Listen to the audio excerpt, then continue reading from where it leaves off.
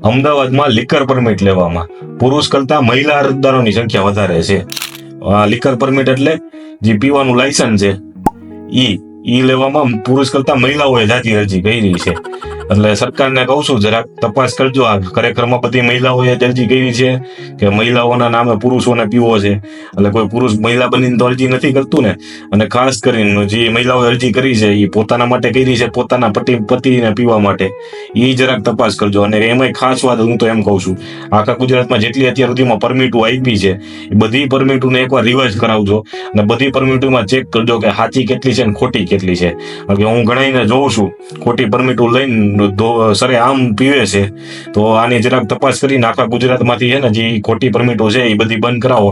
લગભગ 90 થી 95% છે એ ખોટી જ પરમિટો છે. 95 લઈને 98% કહું તો ના નથી. લગભગ આ બધી પરમિટો છે એ બંધ કરાવો તો હવે સારી વાત છે. ધન્યવાદ. જય હિન્દ, જય ભારત.